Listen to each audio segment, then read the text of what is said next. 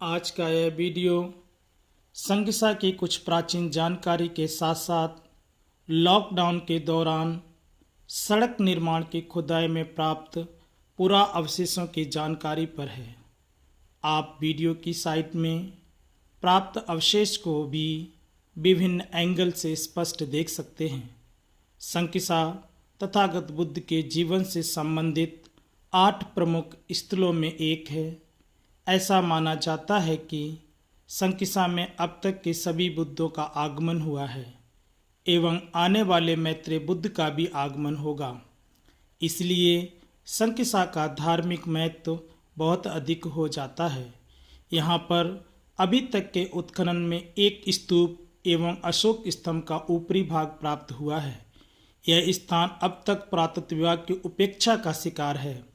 चीनी यात्री हुइंगसांग के यात्रा विवरण के अनुसार संकिसा एक बहुत बड़ा कॉम्प्लेक्स था जिसके चारों ओर रेलिंग थी।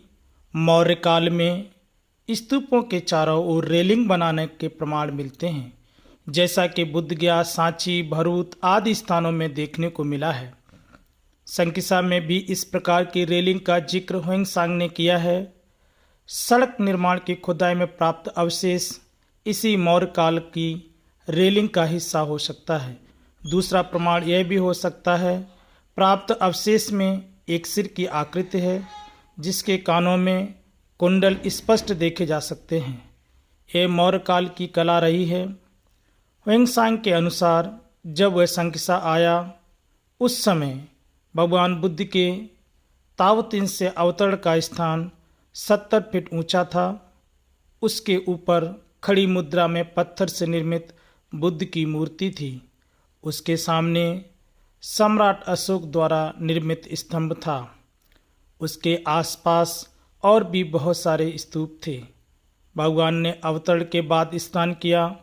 उस स्थान पर भी एक स्तूप था।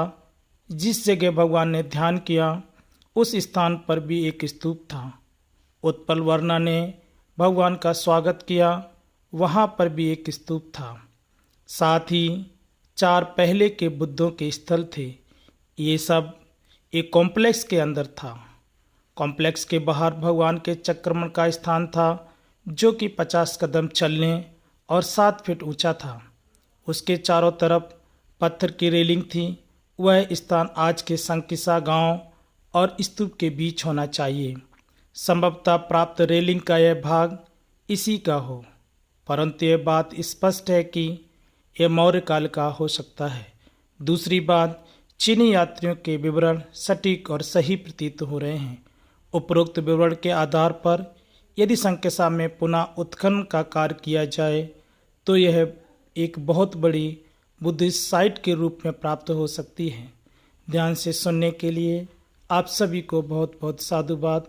स्वस्थ एवं निरोगी जीवन की मंगल कामनाएं।